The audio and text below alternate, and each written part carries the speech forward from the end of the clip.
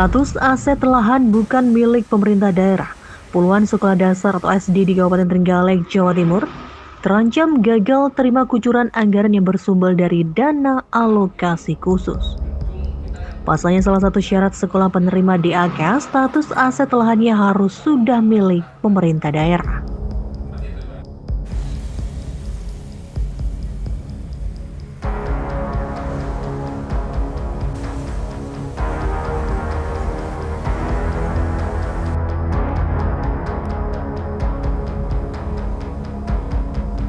Mengacu keterangan Ketua Komisi 4 DPRD Trenggalek dari sejumlah SD yang akan menerima anggaran DAK, saat ini masih ada 33 sekolah yang status lahannya masih milik pemerintah desa. Artinya, status asetnya belum masuk sebagai aset pemerintah daerah. Selain itu juga masih ada 3 sekolah yang status lahannya tanah GG, dan masih ada 2 sekolah lagi yang status lahannya milik perhutani. Sementara itu yang lahannya sudah menjadi aset pemerintah daerah hanya ada 2 SD saja. Lebih lanjut, Ketua Komisi 4 DPRD Trenggalek, Sukarudin menyampaikan, mengingat masih banyak SD yang berstatus lahannya belum menjadi aset pemerintah daerah. Pihaknya mendorong agar OPD teknis segera menyelesaikan permasalahan ini. Jika memang DAK sudah waktunya dieksekusi, maka harus ada alternatif penyelesaian agar DAK tetap bisa diserap. Di sisi lain, permasalahan status aset ini juga tidak hanya terjadi di Trenggalek, namun juga terjadi di sejumlah kabupaten dan kota lain.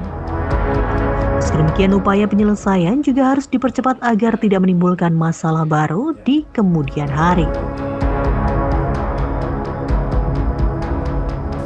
Ini yang mendapatkan anggaran DAK, ini kan salah satu syaratnya kan status aset tanah.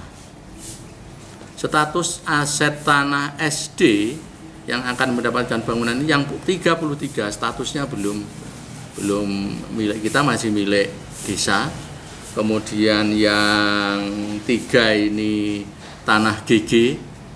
Kemudian yang 2 ini milik perhutani, yang ready berstatus tanah Pemda milik kita ini masih hanya ada 2.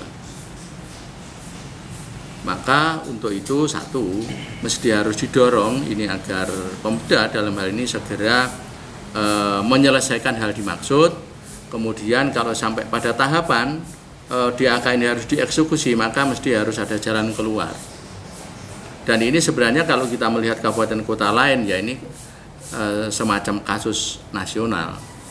Namun demikian, kita kan tidak boleh lengah seperti itu. Mesti harus kita percepat proses pensertifikatan hal yang dimaksud. Di DAK kita ini kan mendapatkan anggaran kurang lebih sekitar 73 miliar. Di sana belum dianggarkan pendampingannya. Untuk DAK dimaksud butuh pendamping sekitar 488 juta.